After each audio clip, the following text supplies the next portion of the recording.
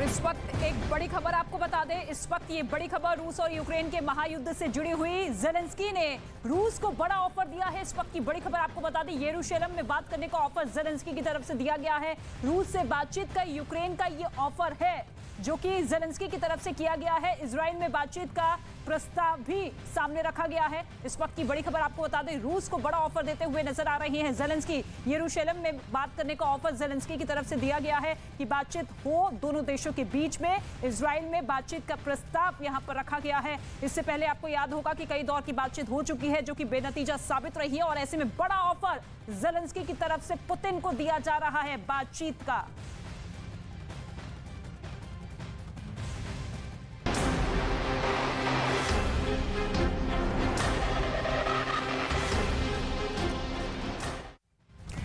तो रूस और यूक्रेन के बीच जारी जंग के 17वें दिन अब पुतिन की सेना राजधानी कीव के किले के काफी करीब पहुंच चुकी है। बताया जा रहा है कि रूस की सेना कीव से महज 25 किलोमीटर की दूरी पर है और अगले 24 से 48 घंटों के भीतर कीव के किले पर रूस का झंडा लहराता हुआ नजर आ सकता है। और इस बीच अमेरिका ने रूस को एक बार फिर कड़ी चेतावनी दी, लेकिन इस चेतावनी का कोई असर पुतिन पर होता दिखाई नहीं दे रहा है। और इस जंग में अब तक सैकड़ों लोगों की मौत हो चुकी है, लाखों लोग बेघर हो चुके हैं। बावजूद इसके ना तो पुतिन रुकने का नाम ले रहे हैं और ना ही यूक्रेन झुकने को तैयार है।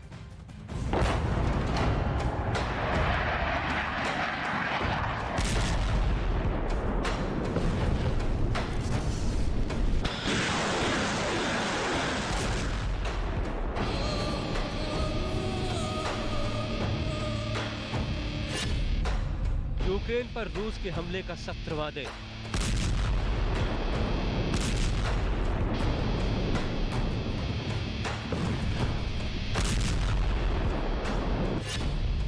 दिन हो या रात, यूक्रेन पर बमों की बरसात।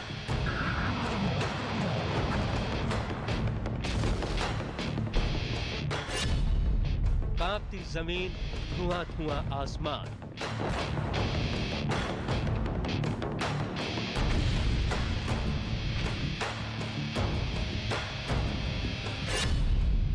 पूरा पश्चिम, उत्तर, दक्षिण हर तरफ से घिर गया कीव।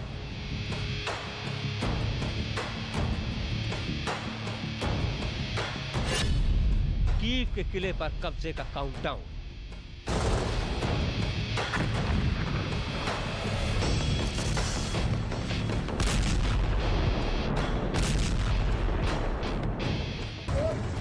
सत्रह दिन पहले रूस ने जिस इरादे से यूक्रेन पर हमला किया था, अब रूस उसके बेहद करीब पहुंचता नजर आ रहा है।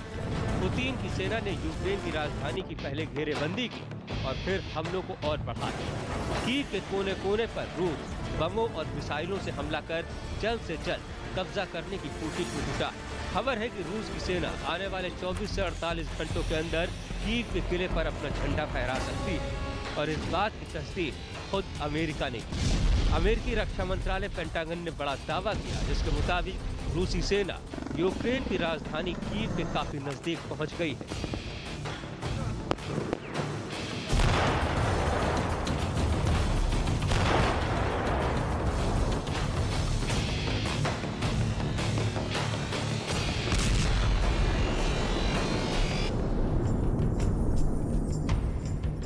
पेंटागन के प्रवक्ता जॉन किर्बी के मुताबिक सैटेलाइट से मिली तस्वीरों के मुताबिक रूसी सेना कीव पर कब्जा करने के काफी करीब है और अपनी रणनीति के तहत रूस की सेना पूरब की तरफ से आगे बढ़ती दिखाई दे रही है, जबकि उत्तर की तरफ से रूस की सेना ने पूरी तरह से घेरेबंदी कर रखी है।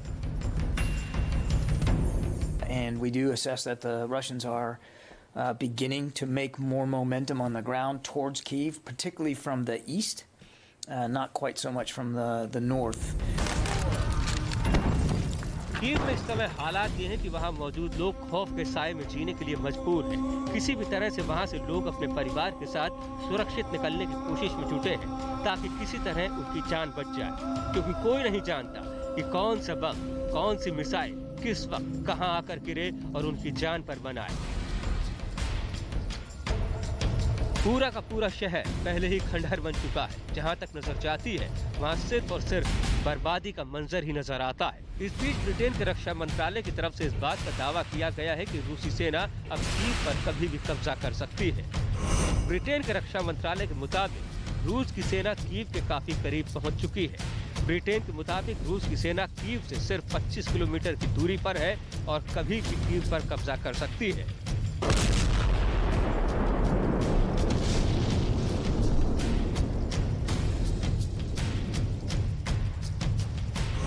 यूक्रेन पर रूस के हमले के 17वें दिन कई शहरों में हवाई हमले भी हुए, जिसका पहले से अलर्ट भी जारी किया गया था।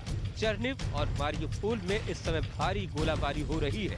कीव, खार्किव, सुमे में भी भीषण बमबारी हो रही है। रूस के इस हमले में यूक्रेन के कई शहर तबाह हो गए।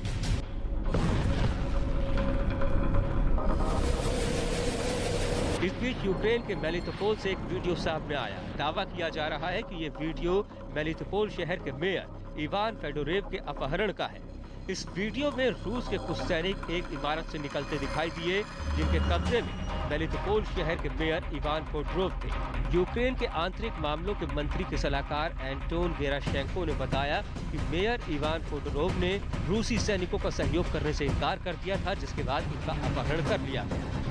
मेयर इवान फेडोरेव के अपहरण से मेलिटोपोल शहर के लोगों का गुस्सा भी फूट पड़ा और सैकड़ों की तादाद में लोग सड़कों पर उतर आए और मेयर के अपहरण का विरोध करते दिखे। इस दौरान गुस्साए लोगों ने रूस के खिलाफ जमकर नारेबाजी भी की और मेयर की रिहाई की मांग की।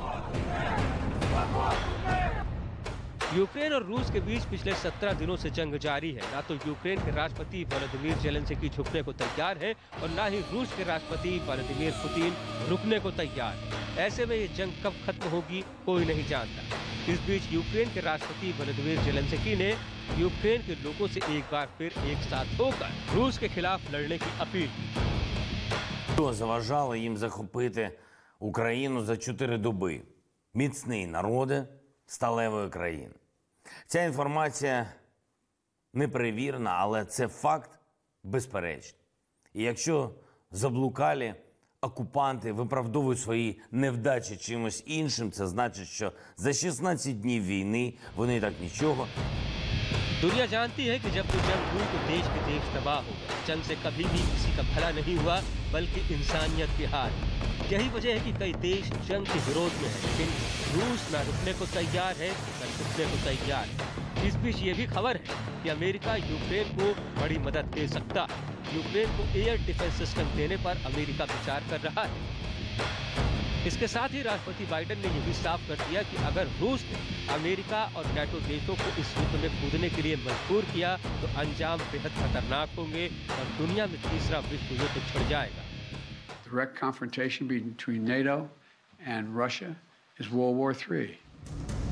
वहीं युद्ध में रूस की ओर से केमिकल हथियारों का इस्तेमाल करने की खबरों को भी उन्होंने दुनिया के लिए बड़ी चिंता का सबब बताया।